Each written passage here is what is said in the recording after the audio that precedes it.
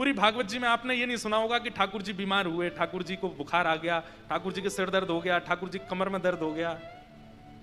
एक जगह आया बस, ब्रजवासियों की याद में रुक्मणी जी को बताने के लिए ठाकुर जी को ज्वर चढ़ा था।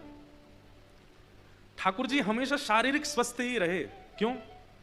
नित्य जितने दिन श्री कृष्ण पृथ्वी पर विराजमान रहे, नित्य एक दिन भी बेनागा किए, ऐसा एक भी दिन नहीं गया कि गैया का स्पर्श नहीं किया ठाकुर जी ने। हर दिन, चाहे ब्रज की लीला हो चाहे द्वारिका लीला हो।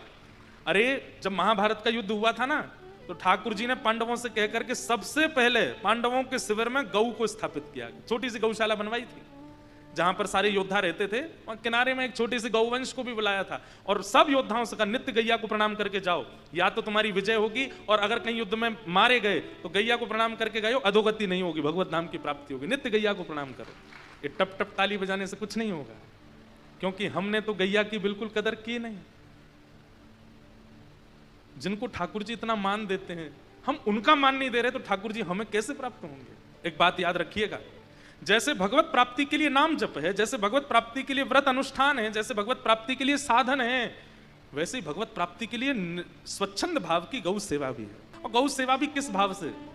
अब आप कहोगे ग्वारिया भी तो करते हैं गौ सेवा, हाँ, तो उनकी सदगति होगी।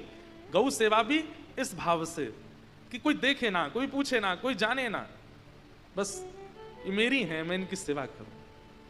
मैं तो कथा में कहता हूं, जिसको गौमूत्र और गौ गोबर से घृणा होती है, ठाकुर जी को उससे घृणा होती है।